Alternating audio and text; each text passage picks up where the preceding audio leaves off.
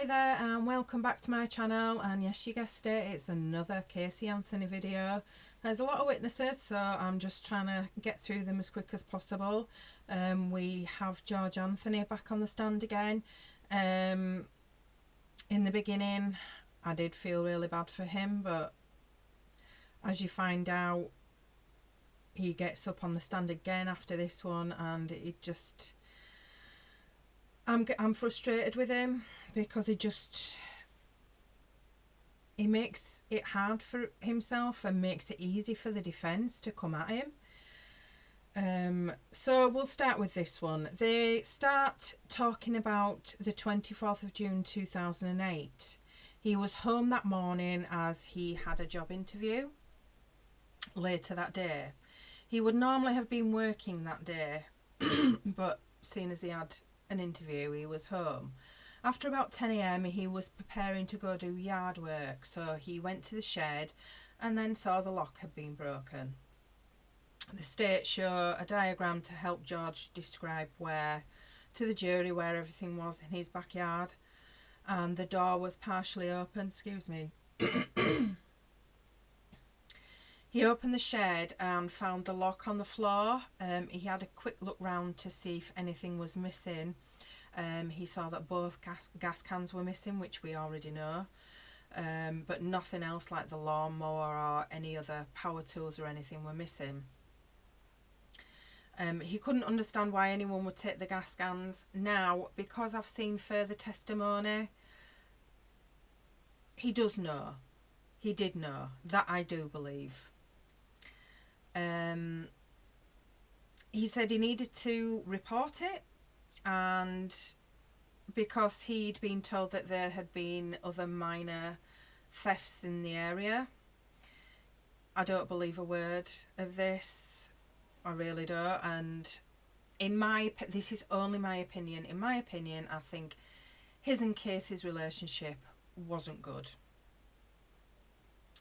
He called the Orange County Sheriff's Department at around 10:30 a.m. and 10 minutes later a deputy came to the house. George filled out and signed a report, which took about 5-10 minutes. So George didn't carry on with the yard work. He went and bought 2 more gas cans, and he said he also went to his neighbour Brian Burner to inform him of what had happened, just to make him aware. He hadn't seen Casey from the 16th up until this day. At around 2 p.m, George would normally be getting ready for work, but because he had an interview later, he was at home. He had just got home from the bank and was relaxing before his interview when he heard the garage door. He wasn't sure who it would be, and Casey walked in. He was surprised but happy to see her because he hadn't seen her for a while. He says she looked surprised to see him. He asked how she was, what she was doing, and where was Kaylee. She said to him, "I've only got 10 minutes, I've got to get ready for work." He tried to ask her more about work and Kaylee, etc., but she was a little evasive, and again she said she only had 10 minutes, and he just said okay. He had a suspicion that the gas from the gas cans had been used previously and thought maybe Casey had taken the gas. He wanted to question her about it. So there we go. He knew that it could have possibly have been Casey. Why he didn't question Casey before making the report, I do not know. So it turns out that Casey had something in her car that George uses when he maintains the cars. He looks after all the cars, you know, his car, Lee's car, when he lived there, and Casey's car. So she had something in there to help prop the car up so he could do some maintenance work.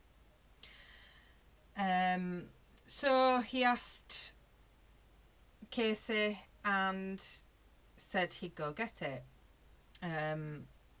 So Casey said she would go get it, and George said, "No, I've got a spare key, I know where it is, I can go get it." But he says Casey basically ran past him before he could and opened the trunk and took the gas cans out of the trunk. and said, "Here's your fucking gas cans. Dad, I needed them. I had problems with the car." George was upset about it and said they would talk later. When Casey opened the trunk, he didn't have a chance to see in the trunk, and the smell he could smell was the smell of gas cans from the cans. Casey then went to work and he didn't see her again. He did tell her he had made a report to the police about the gas cans, and Casey said, "Yes, I already know. I talked to Mum about it," which George didn't seem happy about.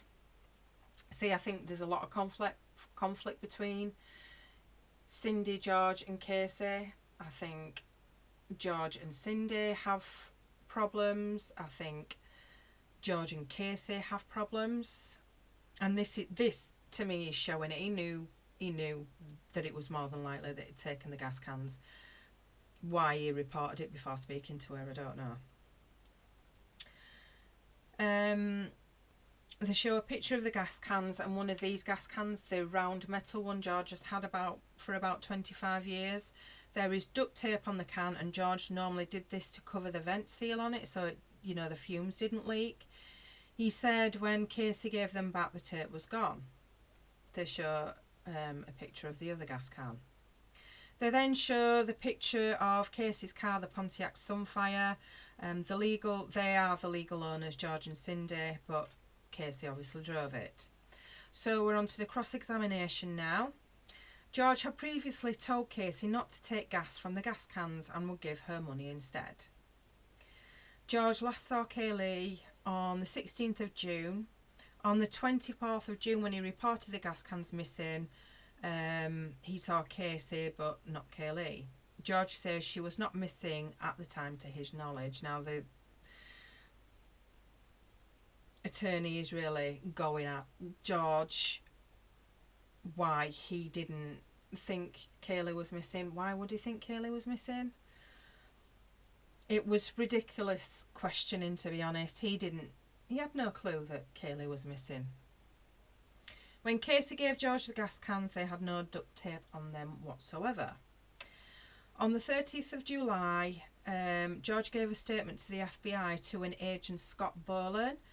This was a videotaped interview, and George has said he could see in Casey's trunk on the day that Casey gave him the gas cans back because he could see clothes in there, but has just said, obviously, that he couldn't see in the trunk.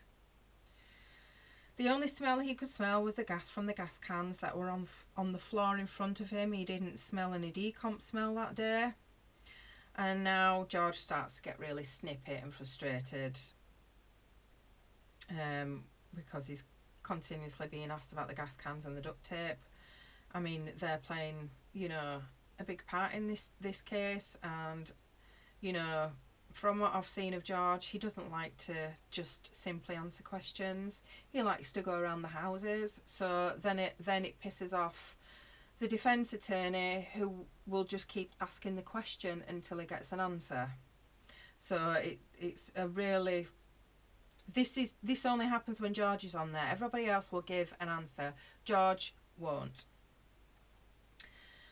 And then they start arguing about when he mowed his lawn, how often he mowed his lawn. It was just ridiculous.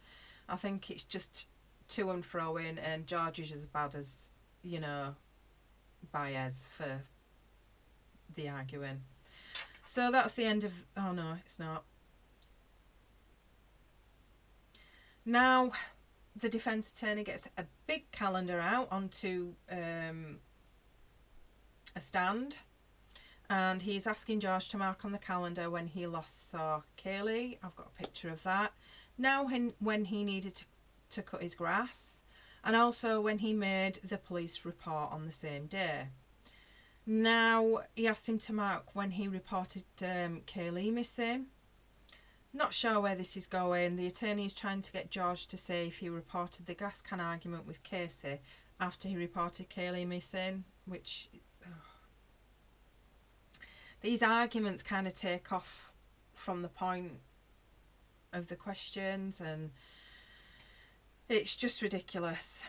He gave a deposition on the 5th of August 2009. He was asked about the duct tape on the gas can. He said he didn't put the duct tape on the gas can. Whereas now he's saying he must have put it on there. They are referring to the old metal one that George has had for a long time, and George is saying he wasn't shown the picture that they're showing when giving his deposition. It's just, you know, he's making himself look suspicious by giving one answer and then giving a different answer and then saying, well, I must have, I can't have. George, just give the answer, please. So, moving on. George, in a roundabout way, says that when law enforcement collected the gas cans for evidence that they had duct tape on them. But again, this wasn't without an argument. Now they have taken the jury out to argue about the gas cans and the damn photographs. The photograph that is being shown is not part of evidence, and the defence is being asked to move on from something that is not evidence, that's not being entered into evidence. George is asked to sit down, and Tony Lazaro is brought back in. The judge has asked that Tony should have waited outside, but when they go get him, he's not there. So it was because the state lawyer had told him that they would probably go for an early lunch, so he's probably gone to go get lunch. Judge isn't happy. They go for a 5-minute recess. When we come back, George is back on the stand. So we're back to the brown metal gas can, and it did have duct tape on it when he gave it to law enforcement on the 1st of August. So, 20 minutes of arguing over duct tape on a gas can from both sides, and one simple answer, and it would have been moved on from. So on the 17th of July, an officer came to the home to search the shed, but George doesn't remember. George does remember opening the shed for someone, but doesn't remember the date. George is questioned about shovels and says he has 3 or 4 shovels in that shed and expensive garden equipment in there. While showing inside the shed, George doesn't remember if he shared the story about the missing gas cans. Again, being asked if he ever told law enforcement about the argument over the gas cans, George says he probably did but can't remember all the conversations he had at the time. The judge tells the attorney to move on. Wise move, not getting anywhere. Redirect. The gas cans that were taken by law enforcement were probably given back to George the day after. At the time, he had no idea that the gas cans would have had anything to do with the death of Kaylee. In December, the importance of the gas can became clear, and George kept it in the shed from August until December, when law enforcement took it again. The interview he gave on the 31st of July was a couple of hours long and covered a lot. Therefore, he can't remember what was said, blah, blah, blah. On the 24th of June, when he reported the gas cans missing, George thought Kaylee was alive and well, and he had no reason to suspect that Kaylee was dead or missing. Agreed. He only thought something was wrong on the 15th of July when they reported Kaylee missing. Recross. Even though George knew Casey had taken gas from George's cans many times before, he still reported them stolen on the 24th of June. Yeah. Right, so that is definitely at the end of that one. So we will be back with more witnesses in the next video. So until then, bye for now.